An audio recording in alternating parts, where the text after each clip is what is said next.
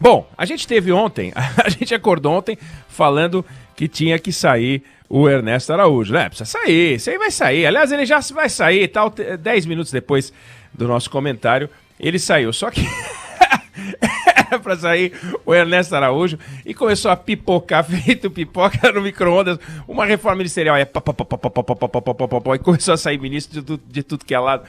E de repente, pum, 6 ministros trocando de posição. E aí, o Brasil olha para isso e fala assim, bom, o que nós temos como desafio nacional? Esquecendo um pouco o Brasil, deixa o governo federal por um instante. O que nós temos como desafio? Né? Uma taxa de desemprego alta, bem alta, muito alta, com uma capacidade de recuperação de empregos que vai acontecendo devagar, muito mais devagar do que a gente gostaria, tem a ver com a capacidade de crescimento do PIB. A gente tem 30 milhões de assalariados no Brasil, mas a gente tem 23 milhões de pessoas trabalhando por conta. E quem trabalha por conta entrou nessa pandemia precisando pagar o aluguel, pagar a luz, pagar tudo, e sem ter aquele colchão de um contrato de trabalho, com CLT, não tem nada. Tem que sair correndo para buscar. Então a pandemia foi uma loucura, quer dizer, uma pesquisa recente mostrou que 10 milhões de pessoas ficaram sem dinheiro pelo menos um dia nas 2 semanas anteriores a tal pesquisa. É uma coisa muito complicada. E você tem no Brasil 20% dos bares, e restaurantes fechando, né, já fecharam na pandemia. O número de famílias vivendo na extrema pobreza são 14 milhões, portanto 40 milhões de brasileiros. Extrema pobreza é até R$ 89,00 por pessoa mês. Pobreza, você tem 8 milhões de pessoas até R$ 178,00. Então 50 milhões de pessoas na pobreza ou extrema pobreza. Um quarto do país, 25%. Tem gente que diz que essa conta está conservadora demais e que já é maior do que isso. Só um estudo mais apurado vai poder dizer. Então, esse é o quadro das necessidades brasileiras. Nós temos que enfrentar a miséria, temos que enfrentar a pobreza, que se acentuaram na pandemia. Temos que fazer uma economia paralisada, voltar a andar. Nós temos um país doente, e esse país está doente e precisamos de vacina. Esse país está doente, precisamos fazer mais testes. Esse país está doente, precisamos de UTI. Esse país está doente, precisamos de oxigênio, precisamos de remédio para intubação. Esse país está doente na economia, doente na política, doente no social e doente na saúde, e a gente precisa de um projeto de país. É isso que a gente espera para o país. Isso que a gente espera desde que começou esse governo. Aí, alguns ministérios têm uma ligação direta com isso que eu falei, né? Então, o Ministério da Infraestrutura, do Tarcísio, tem ligação direta, desenvolvimento, progresso, obra, infraestruturas, pontes, etc, etc, etc. O Ministério do Paulo Guedes, óbvio, economia no coração disso. Depende dele muita coisa, depende dele as projeções, depende dele os estudos. O Ministério da Educação, não há dúvida de que o Ministério da Educação tem tudo a ver com isso. Saem a todo instante dados que nos apavoram sobre para onde estamos indo pré-pandemia, para onde estávamos indo pré-pandemia, para onde continuamos aí na pandemia. O Ministério da Saúde tem tudo a ver com isso. O Ministério do Meio Ambiente tem tudo a ver com isso. O governo americano mandou um recado agora há pouco dizendo: ou o Brasil mostra sinais claros de mudança no campo do meio ambiente, ou nós não vamos botar dinheiro lá não. Então tem tudo a ver com o meio ambiente. E, no entanto, o que a gente viu como resposta ontem, dada por Brasília, dada pelo governo federal, dada pelo Palácio Planalto, dada pelo presidente Jair Bolsonaro? Das 6 pastas em que ele mexeu, uma tem a ver com o que eu falei, relações exteriores. Tem tudo a ver. Relações exteriores atrapalham, interferem na economia, atrapalham, interferem na relação institucional entre os países, que pode abrir mercado, fechar mercado, que pode dificultar o espaço do Brasil. Relações exteriores tem tudo a ver na busca de vacinas. Um estúpido à frente do Ministério das Relações Exteriores dificulta muito. Um sujeito capaz ajuda.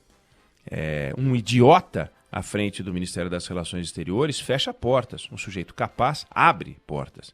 E as relações exteriores no Brasil, que sempre construiu uma tradição, aliás, reconhecida mundialmente, de portas abertas, de independência, de isenção, de não tomar partido e tal, foi entregue a um camarada que alguns chamariam de estúpido.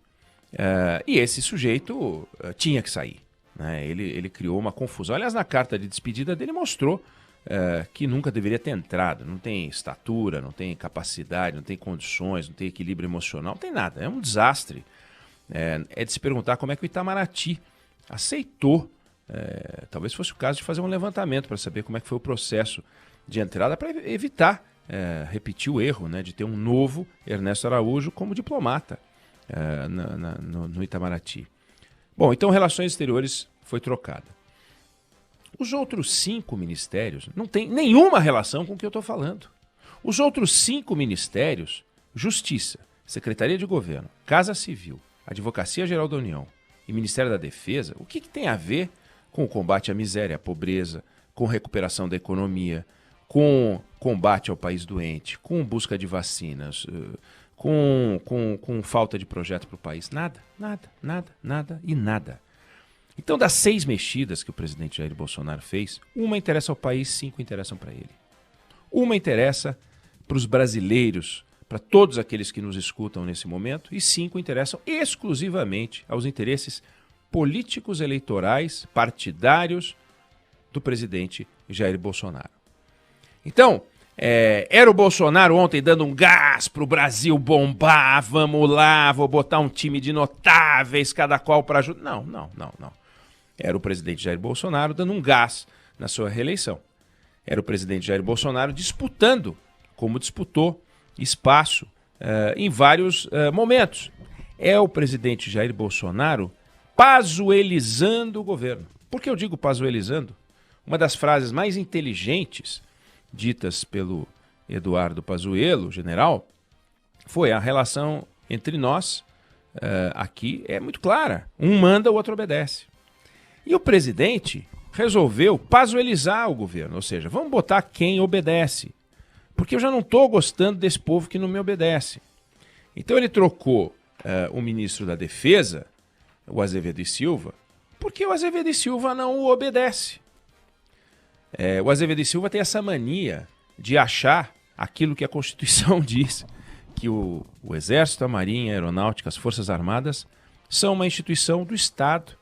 Não se curvam ao governo, não se prestam às vontades do governante de plantão, que fica 4 anos ou fica 8, pouco importa quanto tempo vai ficar, pode ficar 8.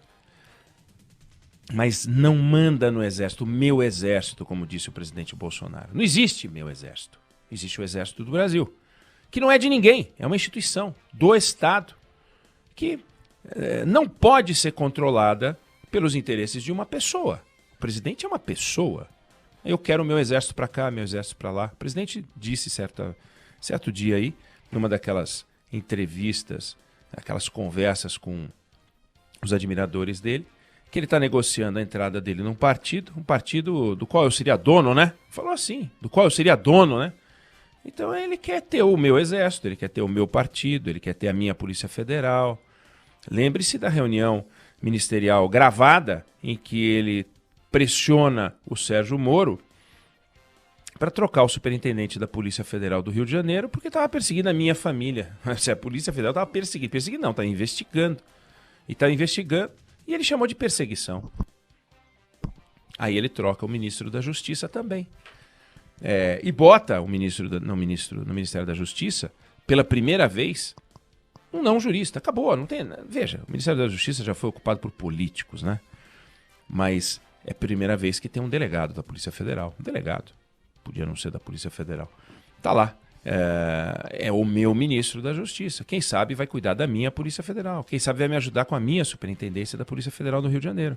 Então eu tenho o meu ministro agora. Eu não quero ter o ministro da Justiça que eu tenha que chamar de senhor, né? Não é legal. Então eu vou ter o meu ministro da Justiça.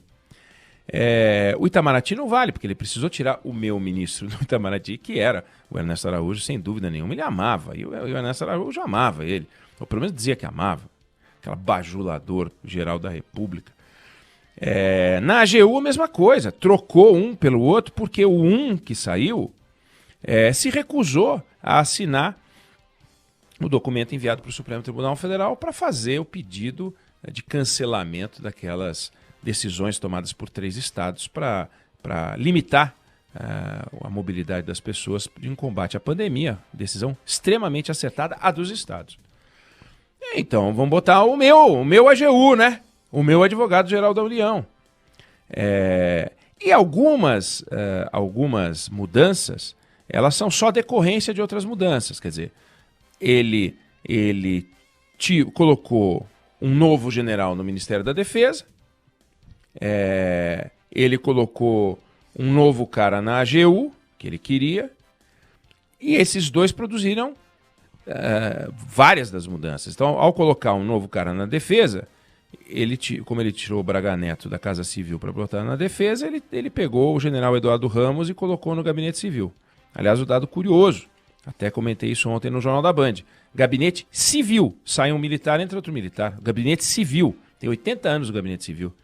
No regime militar teve um militar no Gabinete Civil, que foi o Golbery. Mas no regime militar, da democratização para cá, não. Civis. Aí ele colocou então um outro general, como esse general estava na Secretaria de Governo, abriu um espaço na Secretaria de Governo e colocou um político, colocou a deputada Flávia Arruda. Então, a partir de agora, o Centrão tem um gabinete no Palácio do Planalto, foi uma forma dele atrair o Centrão. Então, a mudança na defesa produziu uma mudança no Gabinete Civil e produziu uma mudança na Secretaria de Governo. Uma mudança produziu 3. E a mudança na AGU, como ele colocou o cara que estava na Justiça, acabou mexendo na Justiça. Então, 5 das mudanças, na verdade, são 2 mudanças que produzem 5 coisas, 3 decorrências.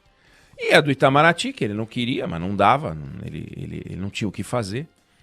E nessa lógica do um manda, o outro obedece, ele já peitou o Supremo, viu que o Supremo manda, ele obedeceu. Ele já peitou o Congresso, viu que o Congresso manda, ele já obedeceu. E ele resolveu agora peitar Forças Armadas, peitar outros poderes, peitar o Ministério da Justiça, e aí foi. Quer dizer, então é uma mudança num processo do presidente Bolsonaro, não é ganhar uma estrutura, ganhar força para transformar o Brasil. É o presidente Bolsonaro ganhar força, ganhar estrutura para se credenciar a ser um candidato mais competitivo em 2022. É uma mudança que interessa exclusivamente ao presidente Bolsonaro. Não guarda relação com o projeto de país. As mudanças que guardam relação com o projeto de país são mudanças que acontecem nos ministérios que realmente interessam. Relações Exteriores, onde ele mudou, pressionado. Ministério da Economia, qualquer mudança é extremamente delicada. Ministério da Educação, que ele patinou e continua patinando. Tem lá um ministro que ainda não disse a que veio, como eu disse, que bom que não disse a que veio. Ministério da Saúde, uma boa troca, num momento delicado, saiu um desastre.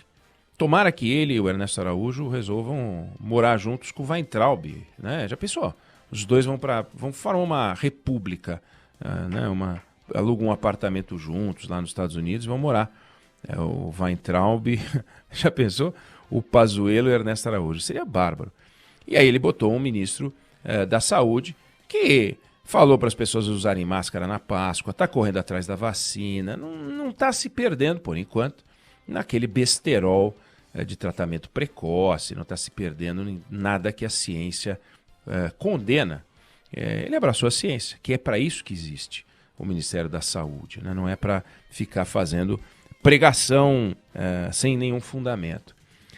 De forma que, olhando para esse cenário das mudanças, é importante que a gente veja que a vida do Brasil que precisa de governo, é a vida do Brasil que envolve a saúde, a economia, a obra, essas coisas, é uma vida do Brasil que teve 2 mudanças, a da saúde recentemente e a das relações exteriores. As outras, conversinha de poder.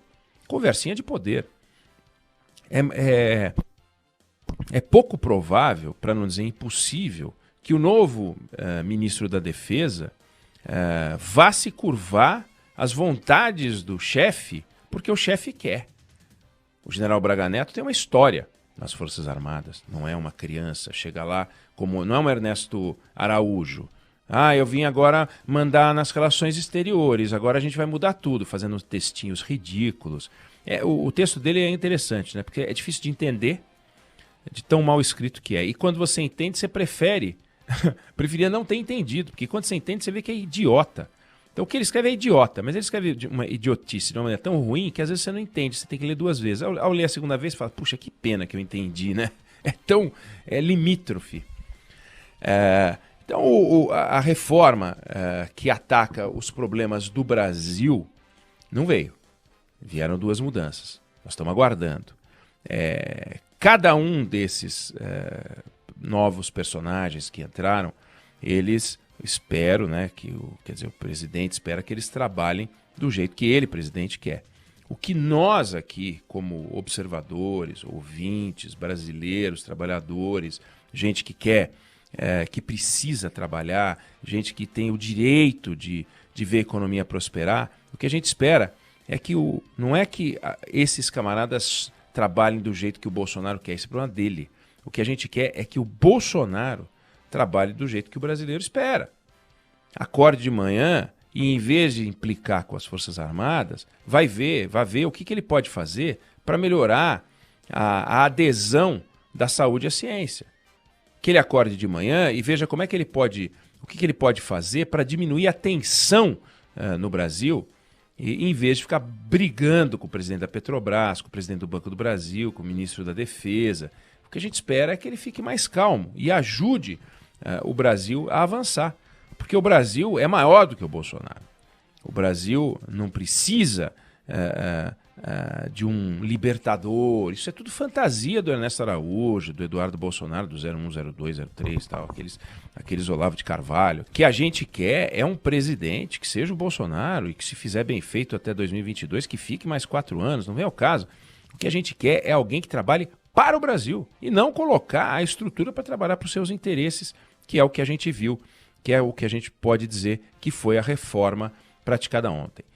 5-1, a reforma 5-1. 5 caras de interesse do Bolsonaro, que só interessa para ele, e uma mudança de interesse para o Brasil.